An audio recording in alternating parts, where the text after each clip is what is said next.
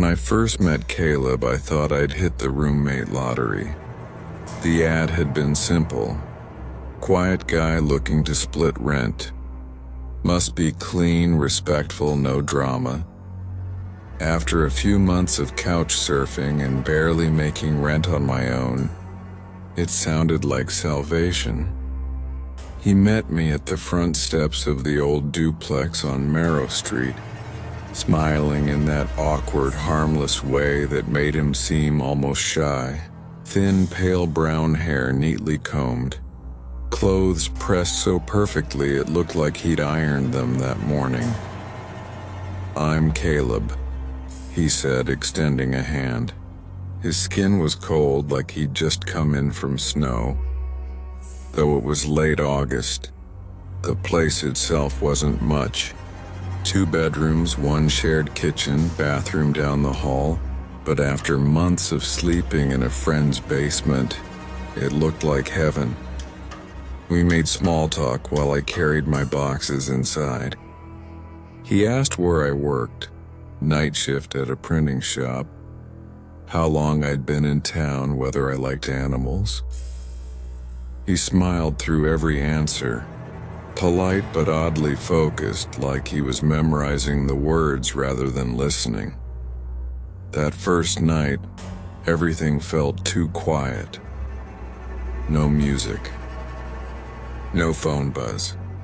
No creaking pipes or neighbors through the walls. Just stillness. I figured Caleb was the type who kept to himself. Fine by me. I'd had loud roommates before.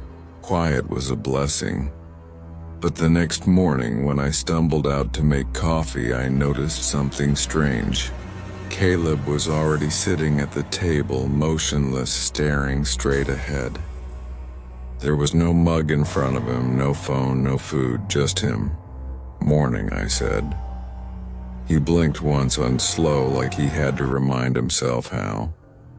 Then, "Good morning, Eli." The way he said my name made me pause. Too precise. Every letter separate, like he was practicing pronunciation. "You okay?" I asked. He tilted his head. "Yes, I am. Adjusting." That word stuck with me. He didn't eat breakfast. Didn't even touch the fridge. When I left for work, he was still sitting there, staring out the window as if the street held a secret only he could see. I told myself it was nothing. Maybe he meditated. Maybe he was just weird. Everyone's weird in their own way. The first real red flag came 3 nights later. I'd finished a double shift and crashed hard, barely kicking my shoes off before passing out. Sometime after 2 a.m., I woke up to the faint sound of whispering. At first I thought it was a dream, one of those half-awake moments where you're still trapped between sleep and consciousness. But then I heard it again, soft, deliberate, coming from the hallway. The floorboards creaked. I reached for my phone. It was 12 a.m. The whispering grew louder. Not quite words, but patterns. Like someone repeating the same phrase under their breath over and over. I swung my legs out of bed, heart hammering, and opened the door. Caleb stood at the end of the hall facing the wall. His arms hung loosely at his sides and his head was tilted upward, almost touching the ceiling. The whispering was coming from him. "Caleb?" I said. He stopped. The silence that followed was suffocating. Then slowly he turned his head toward me. Not his body, just his head, the movement smooth and wrong. His eyes caught the light from my phone.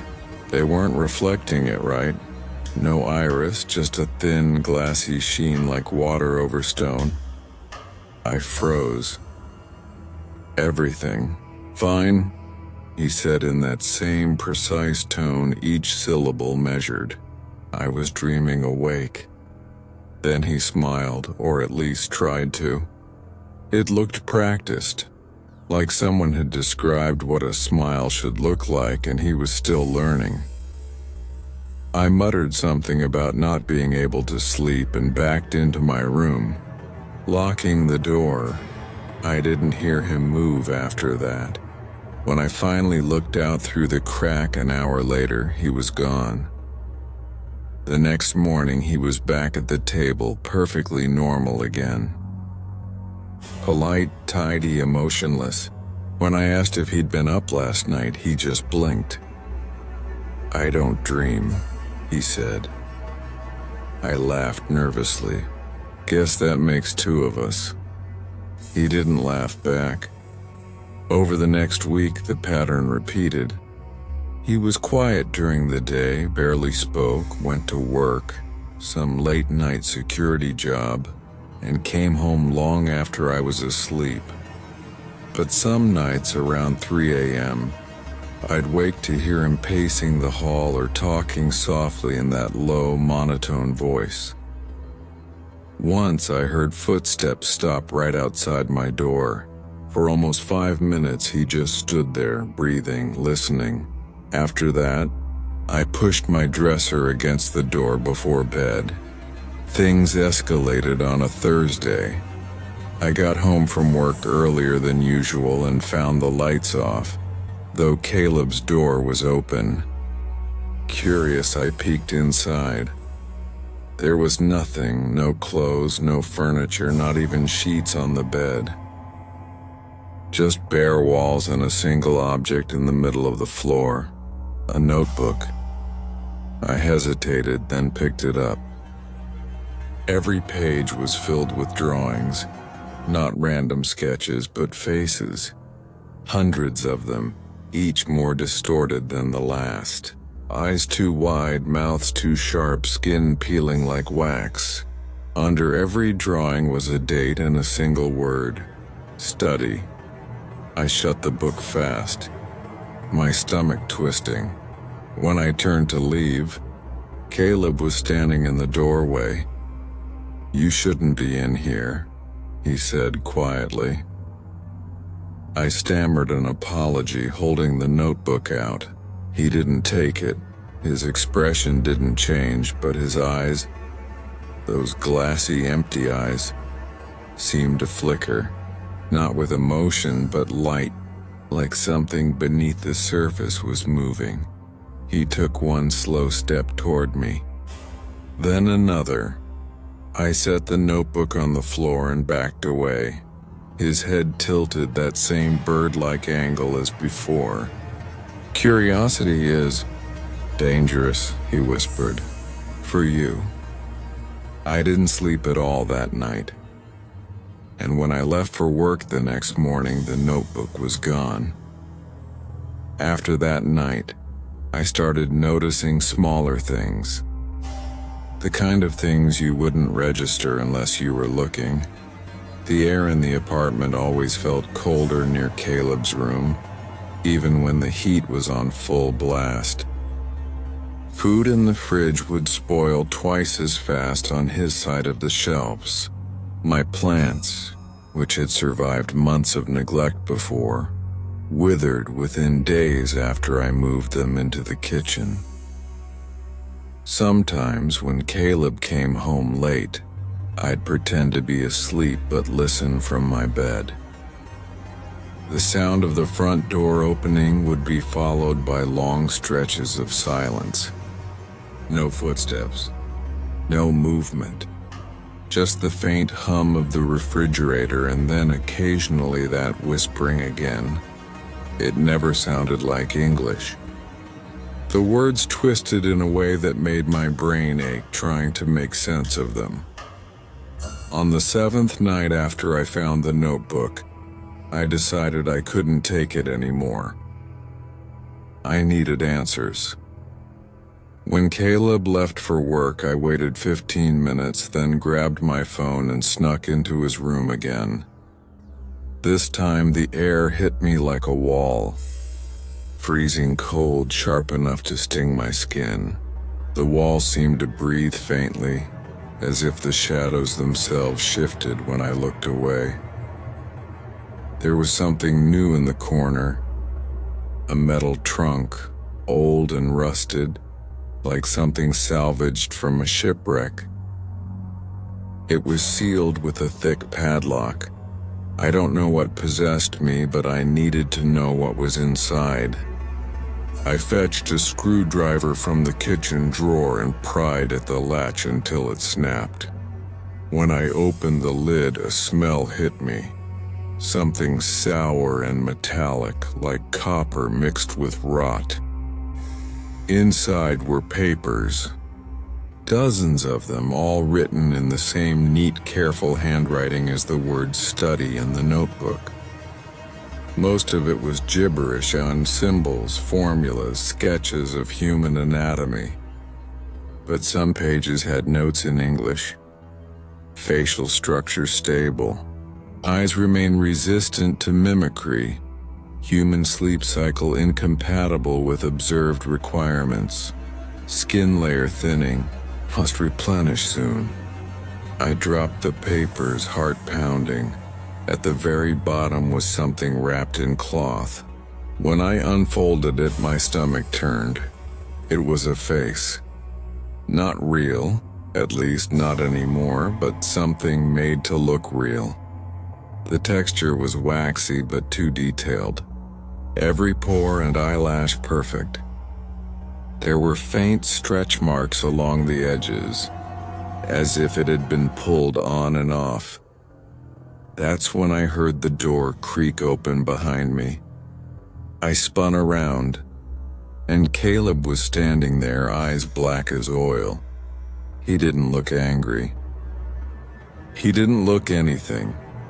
"You opened it," he said. I dropped the face and stumbled backward. What the hell is all this? Caleb's voice was calm, steady, almost too calm. Research. On what? He smiled then, small and practiced. Adaptation. He took a step forward. His movements were wrong again. Not fluid, not stiff, but deliberate, like each motion was decided a split second before it happened. "You shouldn't have seen that," he said softly. "You're making this harder." I bolted past him. He didn't try to stop me. I ran straight out the door and down the street barefoot, my heart slamming against my ribs. I didn't come back until morning. When I did, everything looked normal again. The trunk was gone. His room was empty, bed made, window open just slightly. Caleb was in the kitchen reading a newspaper. He looked up, smiled politely. "Rough night?" I stared at him. "Where's the trunk?" He tilted his head. "What trunk?" "Don't play dumb. There's no trunk," he said. His tone didn't change, but something behind his words carried weight. Pressure. Like the air thickened just hearing him speak. I left the apartment again, went to a diner down the street, and stayed there until sunrise. That's when I started keeping my phone recording app running at night. The first few nights, it caught nothing but static and faint breathing. But on the fourth night, I heard something that made my blood run cold. Around 3:11 a.m., there was a scrape, like furniture being dragged across the floor. Then Caleb's voice, low, muttering those same strange syllables. Then another sound. A second voice. "Mine, Caleb?" the recording said. My voice, confused, sleepy. "What are you doing?" Except I was asleep at the time. I never said those words. The Caleb on the recording answered, but it wasn't English. The tone was smooth, almost gentle. Then came a long stretch of silence. Finally, a new sound. Footsteps walking away, followed by the faint, dragging scrape again. When I checked the hallway the next morning, there were faint marks along the floorboards, deep, parallel grooves leading from my bedroom door toward Caleb's room. I couldn't bring myself to ask. Instead, I started sleeping with a knife under my pillow. 2 nights later, something woke me. Not sound. Not movement. Just that feeling. The one that screams at you before your brain knows why. I stayed still, barely breathing, and reached for my phone. The clock read 3:14 a.m. The air felt heavy, charged. I listened. Nothing. Then came a faint click. My doorknob turning. I held my breath as the door creaked open an inch. Then 2. Through the gap I saw an eye staring in, not human. The iris was too large. The sclera faintly shimmering, almost translucent. It didn't blink, then it vanished. I waited until morning before I dared to leave my room. Caleb was gone. His bed untouched, the front door wide open, and on the kitchen counter was the notebook again. Only this time there was a new page. It wasn't a drawing. It was a message. You watch while you sleep too. You learn quickly. That's when I decided I was moving out. The next morning I called my landlord and told him I was breaking the lease. He didn't even argue. Just sighed, said something about Caleb scaring off tenants before and that he'd work something out. That stopped me cold. Wait, what do you mean before? He hesitated. You're not the first person to rent that unit with him. How many? A pause. 3 that I know of. I swallowed hard. And what happened to them? He hesitated again. They left. No forwarding addresses. Look, kid, just get your stuff and go. Some tenants are bad luck, you know? I hung up and immediately started packing. The whole time I couldn't shake the feeling that Caleb knew. The apartment felt aware of what I was doing. Every sound seemed to echo too long. The zip of a bag, the squeak of a drawer, the shuffle of my feet. When I reached the kitchen, my heart dropped. The notebook wasn't on the counter anymore. It was on the table, open, waiting. This time, the page wasn't blank or covered in drawings. It had one new entry written in that same perfect handwriting. You can leave, but you'll take me with you. I froze, staring at the words. The pen that had written them was still sitting beside the notebook, and it was wet. Caleb? I called, my voice trembling. No answer. I turned toward the hallway. His bedroom door was wide open. Inside, the bed was gone. Literally gone. No frame, no mattress, no sheets.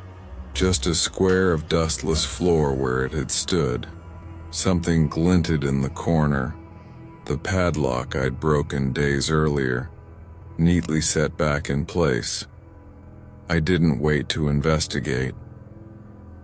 I grabbed my bag, bolted for the door, and didn't stop running until I reached my car. I must have sat there for a full minute before daring to breathe again.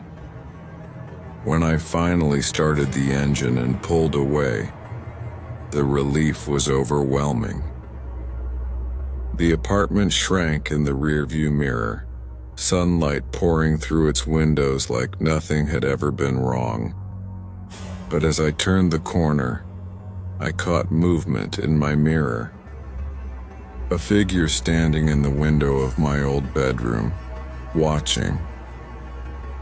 I drove straight to a motel on the edge of town, one of those highway places that smell like dust and bleach.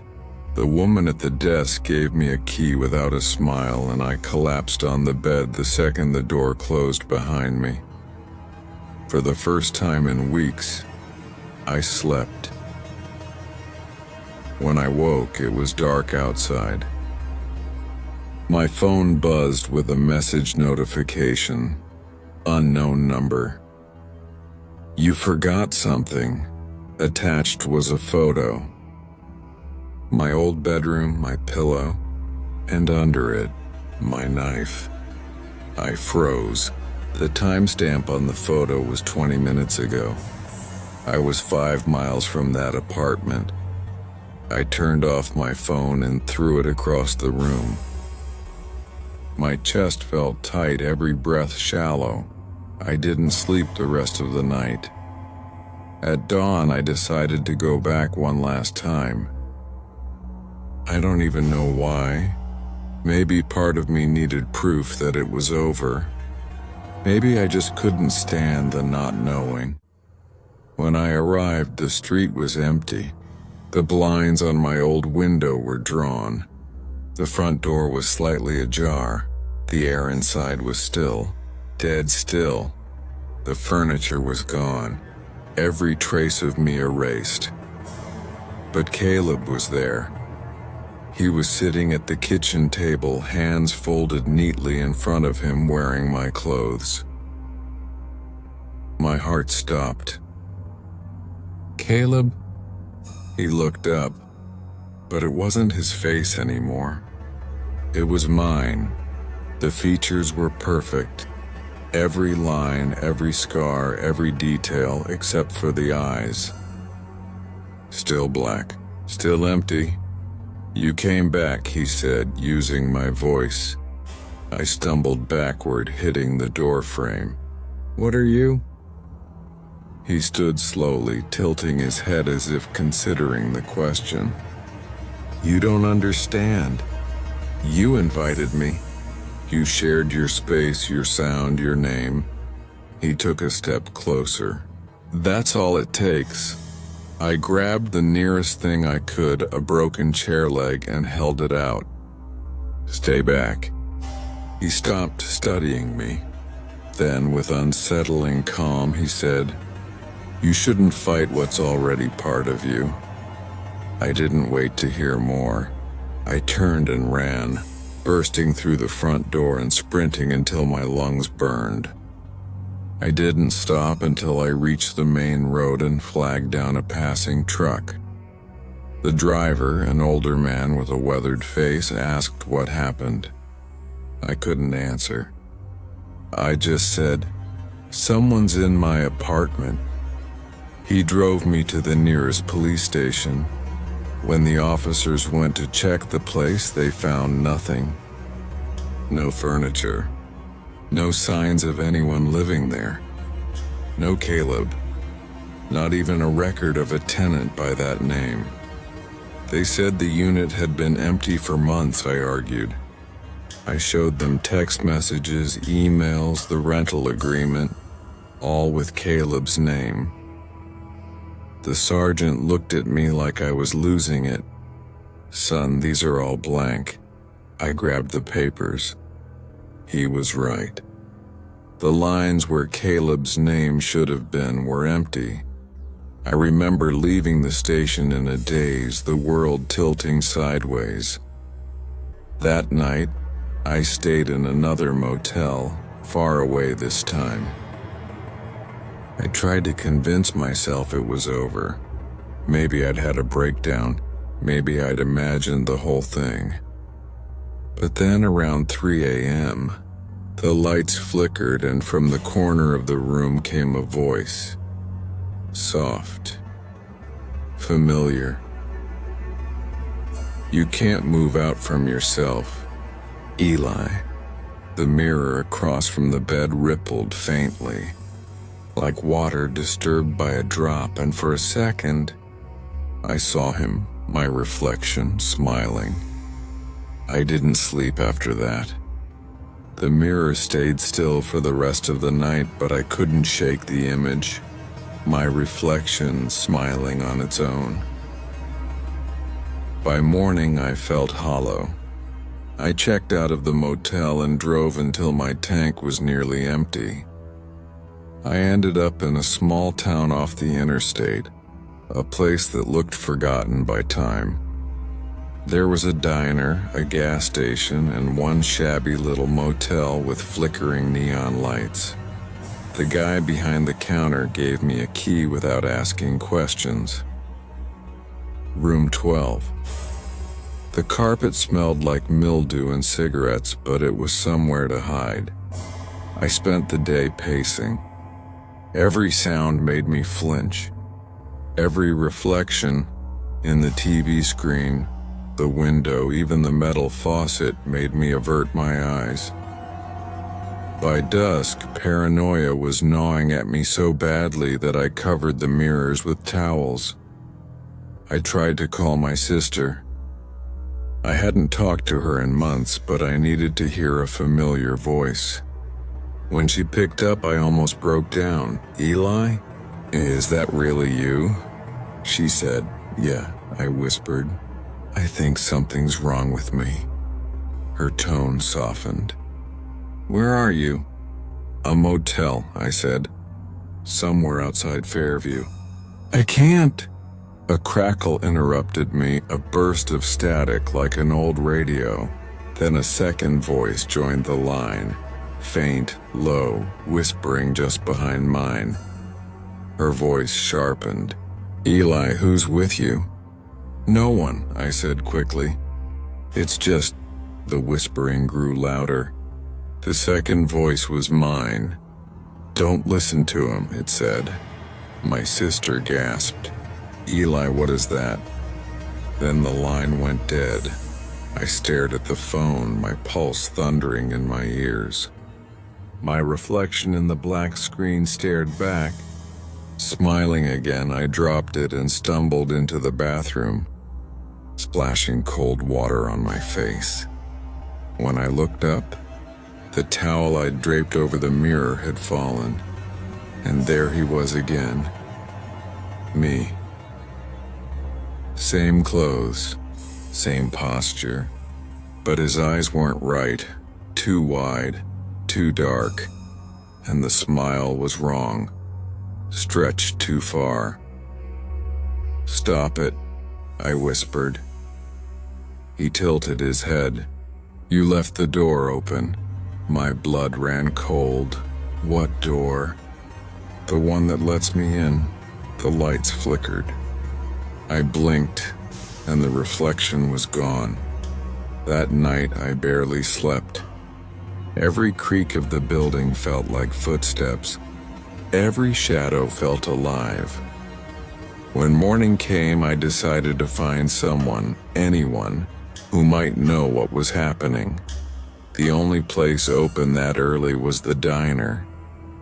The waitress looked half asleep, but when I told her I was looking for a local who knew the area, she pointed me to a booth near the back. An old man sat there, reading a newspaper and stirring his coffee. He had the kind of weathered face that told you he'd seen too much. I approached carefully. "Sir, I was told you might know some local history." He looked up, his pale blue eyes sharp despite his age. "Depends who's asking.